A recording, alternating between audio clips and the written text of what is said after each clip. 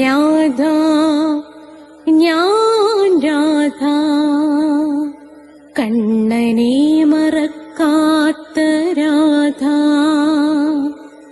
രാധ ഞാൻ രാധ കണ്ണനെ മറക്കാത്ത രാധ.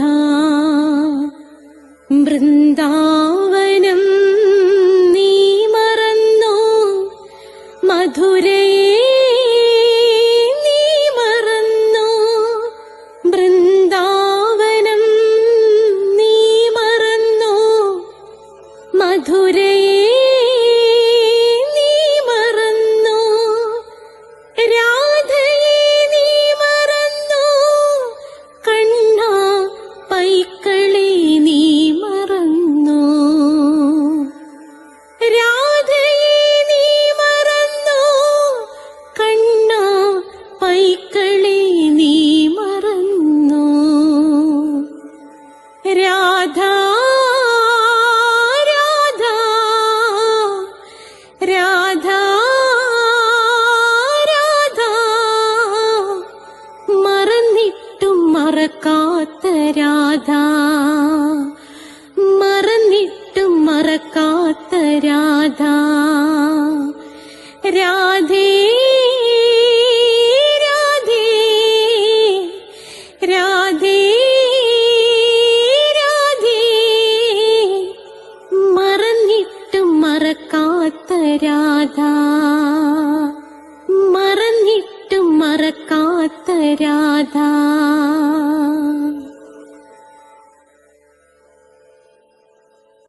രാധേ രാധേ ഓ രാധേ രാധേ രാധേ രാധേ ഓ രാധേ രാധേ. രാധേ രാധേ എന്ന ചാനലിൻ്റെ നാരായണീയം ക്ലാസ്സുകളിലേക്ക് എല്ലാ പ്രേക്ഷകർക്കും സ്വാഗതം. ഇന്ന് 8ാമത്തെ ദശകമാണ്, 4ാമത്തെ ശ്ലോകമാണ് ഇന്ന് ഞാൻ പഠിപ്പിക്കാനായി പോകുന്നത്. ഇതിനു മുമ്പുള്ള പാഠങ്ങൾ വേണമെന്നുള്ളവർ നാരായണീയം എന്ന് പറഞ്ഞ ഒരു ഹെഡിങ്ങിൽ പ്ലേലിസ്റ്റിനകത്ത് ഞാൻ കൊടുത്തിട്ടുണ്ട്. പ്ലേലിസ്റ്റിൽ സകലതും ഉണ്ട്. എല്ലാ തിങ്കളാഴ്ചയും 12 മണിക്ക് നാരായണീയത്തിൻ്റെ ക്ലാസ്സാണ്. എല്ലാ ചൊവ്വാഴ്ചയും 12 മണിക്ക് കൃഷ്ണൻ്റെ ക്ലാദിനി ശക്തിയും കാമുകിയുമായ രാധാറാണിയുടെ ജനനം മുതൽ മരണം വരെയുള്ള ജീവിത കഥ നിരവധി റിസർച്ച് നടത്തി അവതരിപ്പിക്കുകയാണ്. എല്ലാ വ്യാഴാഴ്ചയും 12 മണിക്ക് അഷ്ടപതിയുണ്ട്. ഇംഗ്ലീഷ് സംസാരിക്കാൻ ആഗ്രഹിക്കുന്നവർക്ക് സ്പോക്കൺ ഇംഗ്ലീഷിൻ്റെ ക്ലാസ് ഞാൻ ഇട്ടിട്ടുണ്ട്. അതുകൂടാതെ എൻ്റെ അടുത്ത് ചേർന്ന് പഠിക്കണമെന്നുള്ളവർക്കാണെങ്കിൽ ഞാൻ കൊല്ലത്താണ്. അപ്പോൾ പെൺകുട്ടികൾക്കും ആൺകുട്ടികൾക്കും ദൂരെ നിന്ന് വരുന്നവർക്ക് ഹോസ്റ്റൽ സൗകര്യങ്ങളുണ്ട്. 30 ദിവസം കൊണ്ട് ഇംഗ്ലീഷ് സംസാരിക്കും, ഇല്ലെങ്കിൽ ഫുൾ എമൗണ്ടും തിരിച്ചു തരുമെന്നാണ് എൻ്റെ ഒരു രീതി എന്ന് പറയുന്നത്. പിന്നെ അസ്ട്രോളജിയാണ്, ജ്യോതിഷം. ഓരോ മാസത്തിൽ ജനിച്ചവരുടെ ഫലം, ഓരോ നക്ഷത്രത്തിൽ ജനിച്ചവരുടെ ഫലം ഞാൻ പ്രത്യേകം കൊടുത്തിട്ടുണ്ട്, നിങ്ങൾ നോക്കുക. ജ്യോതിഷപരമായ എന്ത് സംശയത്തിനും ഡിസ്ക്രിപ്ഷൻ ബോക്സിൽ എൻ്റെ നമ്പറുണ്ട് 9645333999. അതിലേക്ക് വിളിച്ചാൽ തികച്ചും ജ്യോതിഷ ഉപദേശങ്ങളെല്ലാം സൗജന്യമായിരിക്കും. അതേ കണക്ക് തന്നെ അഷ്ടാവക്ര ഗീതയുണ്ട്, പ്ലേലിസ്റ്റിനകത്ത് കൊടുത്തിട്ടുണ്ട്. നിങ്ങൾ നിശ്ചയമായും അത് കേട്ടിരിക്കണം. പിന്നെ ശ്രീബുദ്ധൻ്റെ ജനനം മുതൽ മരണം വരെയുള്ള ജീവിത കഥ, കൃഷ്ണൻ്റെ അവതാരമാണ് ശ്രീബുദ്ധൻ എന്ന് പറയുന്നത്. അതേ കണക്ക് രാധികാ കവചം, ആ രാധികാ കവചൻ 2 ഉണ്ട്, 2ഉം കൃഷ്ണപ്രിയ പാടിയിട്ടുണ്ട്. കൂടാതെ രാധികാ കവചൻ ഞാൻ പഠിപ്പിച്ചിട്ടുണ്ട്. രാധാ സഹസ്രനാമം വരികൾ ഉൾപ്പെടെയും വരികളില്ലാതെയും അതിനകത്തുണ്ട്. അപ്പോൾ അത് കൃഷ്ണപ്രിയയാണ് പാടിയിട്ടിരിക്കുന്നത്. അപ്പോൾ ഇതൊക്കെ നിങ്ങൾ കേൾക്കുക. പിന്നെ ഒരുപാട് ഷോർട്ട് വീഡിയോ ഉണ്ട്. അപ്പോൾ ഷോർട്ട് വീഡിയോസ് എന്ന ഹെഡിങ്ങിൽ കൊടുത്തിരിക്കുന്നത് നോക്കണം. അതേ കണക്ക് ഹിന്ദുക്കൾ സന്ദർശിക്കേണ്ട ക്ഷേത്രങ്ങളെക്കുറിച്ചുണ്ട്, ഹിന്ദുക്കൾ അറിയേണ്ടവയുണ്ട്. പ്ലേലിസ്റ്റ് എടുത്താൽ നിങ്ങൾക്കൊരു ഫുൾ ലിസ്റ്റ് കിട്ടും. ഭക്തമീരയുടെ കഥയെല്ലാം അതിനകത്തുണ്ട്. അപ്പം നമുക്ക് പ്രാർത്ഥിച്ചിട്ട് തുടങ്ങാം. ഓം മഹാഗണപതേ നമ. ഓം ശ്രീ രാധാകൃഷ്ണായ നമ. ഓം രാധായേ സ്വാഹ. രാധേ രാധേ ഓ രാധേ രാധേ രാധേ രാധേ ഓ രാധേ രാധേ രാധേ രാധേ ഓ രാധേ രാധേ രാധേ രാധേ ഓ രാധേ രാധേ രാധേ രാധേ ഓ രാധേ രാധേ രാധേ രാധേ ഓ രാധേ രാധേ ബർസാനെ വാലി രാധാറാണി കീ ജയ്. എൻ്റെ മാതാവ് രാധാറാണി കീ ജയ്. എനിക്ക് സർവൈശ്വര്യങ്ങളും വാരിക്കോരി തരുന്ന എൻ്റെ പൊന്ന് രാധാറാണി അമ്മ കീ ജയ്. എനിക്ക് രോഗങ്ങൾ വരാതെ കാത്തുരക്ഷിക്കുന്ന രാധാറാണി അമ്മ കീ ജയ്. എന്നെ സർവ്വ പാപങ്ങളിൽ നിന്നും മോചിപ്പിക്കുന്ന രാധാറാണി അമ്മ കീ ജയ്. അപ്പൊ ഇന്ന് നാരായണീയമാണ്. ഇന്നത്തെ നാരായണീയം പാടിത്തരുന്നത് രാധികാ കവചം പാടിയതിലൂടെയും രാധാ സഹസ്രനാമം പാടിയതിലൂടെയും നിങ്ങളുടെയൊക്കെ ഹൃദയം കീഴടക്കി നിങ്ങളുടെ പ്രിയങ്കരിയായി മാറിയ രാധാറാണിക്ക് പ്രിയപ്പെട്ട കൃഷ്ണപ്രിയ. നമ്മുടെ കൃഷ്ണപ്രിയയാണ്. രാധേ രാധേ ചാനലിന് വളരെ പ്രിയപ്പെട്ട ആളാണ് കൃഷ്ണപ്രിയ. ദേ ഈ അധ്യായം മുഴുവൻ നമുക്ക് പാടി തന്നിരിക്കുകയാണ് കൃഷ്ണപ്രിയ. കൃഷ്ണപ്രിയയുടെ തിരക്കിനിടയിലും, കൃഷ്ണപ്രിയ നല്ല തിരക്കുള്ള ആളാണ്. അപ്പൊ ആ തിരക്കിന്റെ ഇടയിലും രാധേ രാധേ ചാനലിന് കാര്യം പറഞ്ഞാൽ അത് അക്ഷരം പ്രതി ആ കൃഷ്ണപ്രിയ കേൾക്കും. അങ്ങനെ മിടുക്കിയായ നല്ല സംഗീതജ്ഞയായ നല്ല നാദത്തിനുടമയായ സർവോപരി രാധേ രാധേ ചാനലിലെ അമ്മമാരെപ്പോഴും എന്നെ വിളിച്ചു പറയും, ആ കൃഷ്ണപ്രിയയുടെ രാധാസഹസ്രനാമം ഞങ്ങളങ്ങനെ ആവർത്തിച്ച് കേൾക്കും മോനെ. രാധികാ കവചം കൃഷ്ണപ്രിയയുടെ ആലാപനം ഇട്ടിട്ട് ഞങ്ങളും കൂടെ പാടും മോനെ. അങ്ങനെ അമ്മമാരുടെയും പ്രിയങ്കരിയായി മാറിയ കൃഷ്ണപ്രിയ അത് പാടുന്നു. അതിനുശേഷം ഞാൻ പഠിപ്പിക്കുന്നതാണ്. പഞ്ചാശതബ്ദമധുനാ സ്വഭയോർത്ഥരൂപം ഏകം പരാർത്ഥമധിവൃത്യ ഹി വർത്തതേസൗ തത്രാന്ത്യരാത്രിജനിതാൻ കഥയാമി ഭൂമൻ പശ്ചാദിനാവതരണേ ച ഭവദ്വിലാസാൻ. അപ്പോൾ നമ്മുടെ പ്രിയങ്കരിയായ കൃഷ്ണപ്രിയ അത് പാടി തന്നത് നിങ്ങൾ കേട്ടല്ലോ. അടുത്ത നോക്കേ. പഞ്ചശതബ്ദമധുന സ്വഭയോർത്ഥരൂപമേകം പരാർത്ഥമധിവൃത്യ ഹി വർത്തതേ അസൗ തത്രാന്ത്യരാത്രി ജനിതാൻ കഥയാമി ഭൂമൻ പശ്ചാദിനാവതരേണ ച ഭവദ്വിലാസാൻ. നോക്കേ, അർത്ഥം എഴുതിക്കോ. പഞ്ചാശതബ്ദ മധുന. അർത്ഥം എഴുതുക. പഞ്ചാശതബ്ദ മധുന. അതിൻ്റെ അർത്ഥം ഇപ്പോൾ 50 വർഷം എന്നാണ് അർത്ഥം. ഇപ്പോൾ 50 വർഷം. സ്വവയോർത്ഥ രൂപം. അർത്ഥം സ്വന്തം വയസ്സിൻ്റെ പകുതിക്കാലം. സ്വന്തം വയസ്സിൻ്റെ പകുതിക്കാലം. ഏകം പരാർത്ഥം. ഒരു പരാർത്ഥകാലം എന്ന് പറഞ്ഞാൽ 50 വർഷക്കാലം. അതാണ് പരാർത്ഥം. പിന്നെ പരാർത്ഥം എന്തെന്ന് ഞാൻ പിന്നെ വിശദീകരിച്ച് തരാം. അതിവൃത്യ അർത്ഥം കടന്നു പോകുന്നു. അതിവൃത്യ കടന്നു പോകുന്നു. വർത്തതേ അസൗ ഈ ബ്രഹ്മാവ് പ്രവർത്തിക്കുന്നു. ഈ ബ്രഹ്മാവ് പ്രവർത്തിക്കുന്നു. തത്രാന്ത്യരാത്രി ജനിതാൻ എന്താ പറഞ്ഞിരിക്കുന്ന? അവിടെ അവസാന രാത്രിയിൽ ജനിച്ചവരും. അവിടെ അവസാന രാത്രിയിൽ ജനിച്ചവരും. കഥയാമി ഞാൻ പറയുന്നു. ഭൂമൻ ഭൂമാവായവൻ സകലതിൻ്റെയും ഉറവിടം. ശരിക്കും പറഞ്ഞാൽ ഭൂമൻ എന്ന് പറഞ്ഞാൽ ഗുരുവായൂരപ്പൻ. അത്രയേ ഉള്ളൂ അതിൻ്റെ അർത്ഥം. പിന്നെ പശ്ചാദിനാവതരേണ അത്രയും എഴുതണം. പശ്ചാദിനാവതരേണ അർത്ഥം പിന്നെ എന്താണ്? ആ ദിവസത്തിൻ്റെ ആരംഭത്തിൽ, ആ ദിവസത്തിൻ്റെ അതായത് അതായത് അതിൻ്റെ അർത്ഥം ഇതാണ്. പിന്നെ അടുത്ത ദിവസത്തിൻ്റെ ആരംഭത്തിൽ ഭവദ്വിലാസൻ അങ്ങയുടെ ലീലാവിലാസങ്ങൾ. ഇനി ഇതിൻ്റെ മൊത്തത്തിലുള്ള അർത്ഥം എന്താണെന്ന് നോക്കിയിട്ട് ഓരോ വരികളായിട്ടെടുത്ത് പഠിപ്പിച്ചു തരാം. ആ ബ്രഹ്മാവ് തൻ്റെ ആയുസ്സിൻ്റെ പകുതിയായ 50 വർഷമാകുന്ന ഒരു പരാർത്ഥകാലം പ്രവർത്തിക്കുന്നു. ബ്രഹ്മാവിൻ്റെ ആയുസ് 100 വർഷമാണ്. അതിൻ്റെ പകുതിയായ 50 വർഷക്കാലം ആ പരാർത്ഥകാലം പ്രവർത്തിക്കുന്നു.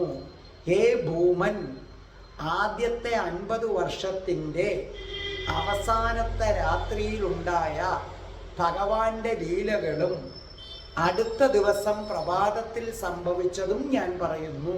ഓർമ്മിക്കുക, ഈ ബ്രഹ്മാവെന്ന് പറയുന്നതും ആര് തന്നെയാണ്? മഹാവിഷ്ണു ഭഗവാൻ ശ്രീകൃഷ്ണൻ തന്നെയാണ്. അപ്പൊ ബ്രഹ്മാവിൻ്റെ ആയുസ് 100 വർഷം. അത് ഭൂമിയിലെ വർഷവും അതും തമ്മിലുള്ള വ്യത്യാസം അറിയാമല്ലോ. അപ്പോൾ ബ്രഹ്മാവിൻ്റെ ആയുസ് 100 വർഷം. അങ്ങനെ 50 വർഷം അത് അവസാനിക്കുന്ന രാത്രിയിലുണ്ടായ ഭഗവാന്റെ ലീലകളും തൊട്ടടുത്ത ദിവസം പ്രഭാതത്തിൽ സംഭവിച്ചവയും ഞാൻ പറയുന്നു. ഇനി നമുക്ക് ഒന്നാമത്തെ വരിയിലേക്ക് വരാം. എന്താ ഒന്നാമത്തെ വരി? പഞ്ചാശതബ്ധ മധുന സ്വവയോർത്ഥ രൂപ. പഞ്ചാശതബ്ധ മധുന, ഇപ്പോൾ 50 വർഷം. സ്വവയോർത്ഥ രൂപം, സ്വന്തം ആയുസിൻ്റെ പകുതിക്കാലം എന്നാണ് അതിനർത്ഥം. അതായത് ആദിയിൽ സത്യലോകത്ത്, സത്യലോകം എന്ന് പറഞ്ഞാൽ ബ്രഹ്മാവ് വസിക്കുന്ന ലോകം. അപ്പം ആദിയിൽ സത്യലോകത്ത് ഭഗവാൻ സ്വയം ബ്രഹ്മാവായി രൂപം പൂണ്ട കഥ അത് നമ്മൾ മുമ്പ് പറഞ്ഞിട്ടുണ്ട് അല്ലേ? ആദിയിൽ സത്യലോകത്ത് ഭഗവാൻ സ്വയം ബ്രഹ്മാവായി രൂപം പൂണ്ട കഥ നമ്മൾ മുമ്പ് പറഞ്ഞു. അപ്പോഴുണ്ടായ ബ്രഹ്മാവിൻ്റെ ജീവിതകാലത്തെ ബ്രഹ്മകൽപ്പമെന്നാണ് പറയുന്നത്. അപ്പൊ സത്യകാലത്ത് ഭഗവാൻ ശ്രീകൃഷ്ണൻ ബ്രഹ്മാവായിട്ട് സത്യലോകത്ത് ജനിച്ചു. ആ ജനിച്ച കാലഘട്ടത്തിന് നമ്മൾ വിളിക്കുന്ന പേരാണ് ബ്രാഹ്മകൽപ്പം. ബ്രഹ്മാവിൻ്റെ ആയുസ് പരമാവധി 100 വർഷമാണ്. ഇപ്പം നമ്മൾ പറയത്തില്ലേ, ഒരു മനുഷ്യൻ 100 വയസ്സ് വരെ ജീവിച്ചിരിക്കുന്നു. പക്ഷേ നമ്മുടെ ദിവസങ്ങളും ബ്രഹ്മാവിൻ്റെ ദിവസങ്ങളും തമ്മിലുള്ള വ്യത്യാസം നമ്മൾ മുൻ ശ്ലോകങ്ങളിൽ പഠിച്ചിട്ടുണ്ട്. അപ്പോൾ ബ്രഹ്മാവ് 100 വയസ്സ് വരെ മാത്രമാണ് ജീവിച്ചിരിക്കുന്നത്. അങ്ങനെയുള്ള ബ്രഹ്മാവിൻ്റെ ആയുസ്സിൻ്റെ പകുതി ഇപ്പോൾ കഴിഞ്ഞിരിക്കുന്നു. അതായത് 50 വർഷം കഴിഞ്ഞിരിക്കുന്നു. ഇപ്പോൾ സത്യലോകത്ത് ബ്രഹ്മകൽപ്പത്തിൽ രൂപം കൊണ്ട ആരാണ്? ആ ബ്രഹ്മകൽപ്പത്തിൽ രൂപം കൊണ്ട സാക്ഷാൽ ബ്രഹ്മാവ്. ബ്രഹ്മകൽപ്പത്തിൽ രൂപം കൊണ്ട സാക്ഷാൽ ബ്രഹ്മാവിന് ഇപ്പോൾ 50 വയസ്സായിരിക്കുന്നു എന്നർത്ഥം. ഇനി നമുക്ക് രണ്ടാമത്തെ വരിയിലേക്ക് വരാം. മേഘം പരാർത്ഥമതിവൃത്യഹി വർത്തതേ. ഏകം പരാർത്ഥം, ഒരു പരാർത്ഥ കാലം, അതായത് 50 വർഷം. അത് ഞാനിപ്പോൾ വിശദമാക്കി തരാം. അതിവൃത്യ, കടന്നു പോകുന്നു. വർത്തതേ, ഈ ബ്രഹ്മാവ് കാലഘട്ടത്തിൽ പ്രവർത്തിക്കുന്നു. ഇവിടെ ആ പരാർത്ഥം എന്താണെന്നാണ് നമ്മൾ അറിയേണ്ടത്. അതിനെക്കുറിച്ചാണ് രണ്ടാമത്തെ വരിയിൽ പറയുന്നത്. ബ്രഹ്മകൽപ്പം കഴിഞ്ഞു, ബ്രാഹ്മകൽപ്പം കഴിഞ്ഞു. നമുക്കറിയാം എന്താണ് സത്യലോകത്ത് ഭഗവാൻ സ്വയം ബ്രഹ്മാവായി രൂപം കൊണ്ട കാലഘട്ടത്തെ ബ്രാഹ്മകൽപ്പം എന്ന് പറയുന്നു. ആ ബ്രാഹ്മകൽപ്പം കഴിഞ്ഞാൽ അടുത്ത കൽപ്പം തുടങ്ങുന്നത്, അടുത്ത കൽപ്പത്തിൽ ഭഗവാന്റെ നാഭിയിൽ നിന്നുണ്ടായ താമര, ഭഗവാൻ ശ്രീകൃഷ്ണൻ അല്ലെങ്കിൽ മഹാവിഷ്ണുവിൻ്റെ നാഭിയിൽ നിന്ന് ഒരു താമര ഉണ്ടാകുന്നു. ആ താമരയിൽ വീണ്ടും ബ്രഹ്മാവ് ജനിക്കുന്നു. അപ്പം ആദ്യമേ ബ്രഹ്മാവ് ജനിച്ചു. ബ്രഹ്മാവ് ആദ്യമായി ജനിച്ച കാലഘട്ടമാണ് ബ്രാഹ്മകൽപ്പം. ആ ബ്രഹ്മാവ് വീണ്ടും പ്രളയകാലത്ത് നമ്മുടെ ഭാഷയിൽ പറഞ്ഞാൽ മരിക്കുന്നു. അങ്ങനെ മരിച്ചതിന് ശേഷം വീണ്ടും ഈ ബ്രഹ്മാവ് എന്തു ചെയ്യുന്നു? അടുത്ത കൽപ്പം വന്നപ്പോൾ ഭഗവാന്റെ നാഭിയിൽ നിന്നൊരു താമര ജനിക്കുകയും ആ താമരയിൽ ബ്രഹ്മാവ് ജനിക്കുകയും ചെയ്യുന്നു. ആ കാലഘട്ടത്തിൽ ബ്രഹ്മാവ് വീണ്ടും സൃഷ്ടി നടത്തുന്നു. അങ്ങനെ ഭഗവാന്റെ പൊക്കിൾക്കൊടിയിൽ നിന്ന് വന്ന താമരയിൽ ഇരുന്നു കൊണ്ട് സൃഷ്ടി നടത്തുന്ന ബ്രഹ്മാവിൻ്റെ ആ കാലഘട്ടത്തെ പാത്മകൽപ്പം എന്ന് പറയും. ആ പാത്മകൽപ്പത്തിലും 100 വർഷം കഴിയുമ്പോൾ ബ്രഹ്മാവ് മരിക്കുന്നു നമ്മുടെ ഭാഷയിൽ. എന്നിട്ട് അതിനടുത്ത കൽപ്പത്തിൽ ഭഗവാൻ വരാഹമൂർത്തിയായിട്ട് അവതരിച്ചു. അതുകൊണ്ട് ആ കൽപ്പത്തെ വാരാഹകൽപ്പം എന്ന് പറയുന്നു. അപ്പോൾ നിങ്ങൾ വളരെ ശ്രദ്ധിക്കണം. ആദ്യമായി ബ്രഹ്മാവ് സത്യലോകത്ത് പിറന്നു വീണു. ആ കാലഘട്ടത്തെയാണ് ബ്രാഹ്മകൽപ്പം. ആ ബ്രാഹ്മകൽപ്പം 100 വയസ്സ് ബ്രഹ്മാവിന് പൂർത്തിയാകുമ്പോൾ നമ്മുടെ ഭാഷയിൽ പറഞ്ഞാൽ ബ്രഹ്മാവ് മരിക്കുന്നു. അത് കഴിഞ്ഞ് തൊട്ടടുത്ത കൽപ്പത്തിൽ മഹാവിഷ്ണുവിൻ്റെ പൊക്കിളിൽ നിന്ന് വന്ന താമരയ്ക്കകത്ത് വീണ്ടും ബ്രഹ്മാവ് ജനിക്കുന്നു. അതാണ് ആരെന്ന് പറയുന്നത് പാത്മകൽപ്പം. അങ്ങനെ 100 വയസ്സായി ബ്രഹ്മാവ് മരിക്കുന്നു. അതിൻ്റെ അടുത്ത വട്ടം ബ്രഹ്മാവ് വീണ്ടും ജനിക്കുന്നു. ആ സമയത്ത് ഭഗവാൻ വരാഹമൂർത്തിയായി അവതരിച്ചിരിക്കുകയാണ്. അതുകൊണ്ട് ആ കൽപ്പത്തെ വാരാഹകൽപ്പം എന്ന് പറയുന്നു. ഈ ബ്രഹ്മായുസിൻ്റെ പകുതിക്കാണ് പരാർത്ഥം എന്ന് പറയുന്നത്. അതായത് ഒരു ബ്രഹ്മാവിൻ്റെ ആയുസിൻ്റെ പകുതി. അപ്പോൾ ശരിക്കും പറഞ്ഞാൽ വാരാഹകൽപ്പത്തിൽ 100 വർഷത്തിൻ്റെ 100 വർഷമാണ് ആയുസ്. ആ വാരാഹകൽപ്പത്തിൽ 50 വയസ്സായി, 50 വർഷമായി. അപ്പോൾ ബ്രഹ്മാവിൻ്റെ ആയുസിൻ്റെ പകുതി എത്തി. ആ പകുതിക്ക് വിളിക്കുന്ന പേരാണ് പരാർത്ഥം. മനസ്സിലായോ? ആ പകുതിക്ക് വിളിക്കുന്ന പേരാണ് പരാർത്ഥം. അതാണ് ഈ രണ്ടാമത്തെ വരിയിൽ പറഞ്ഞിരിക്കുന്ന പരാർത്ഥം. അപ്പോൾ പരാർത്ഥം ബ്രാഹ്മകൽപ്പം, പാത്മകൽപ്പം, വരാഹകൽപ്പം. ആ കൽപ്പത്തിൽ ഭഗവാന് 50 വയസ്സ് തികയുന്ന സമയത്ത് നമ്മൾ വിളിക്കുന്ന പേരാണ് പരാർത്ഥം. ആ സമയത്തെ സൃഷ്ടിയെക്കുറിച്ച് പറയുന്നു.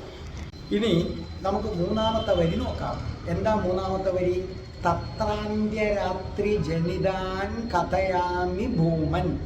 തത്രാന്ത്യരാത്രി ജനിതാൻ, അവിടെ അവസാന രാത്രിയിൽ ജനിച്ചവരും, കഥയാമി ഞാൻ പറയുന്നു, ഭൂമൻ ഭഗവാൻ ശ്രീകൃഷ്ണൻ.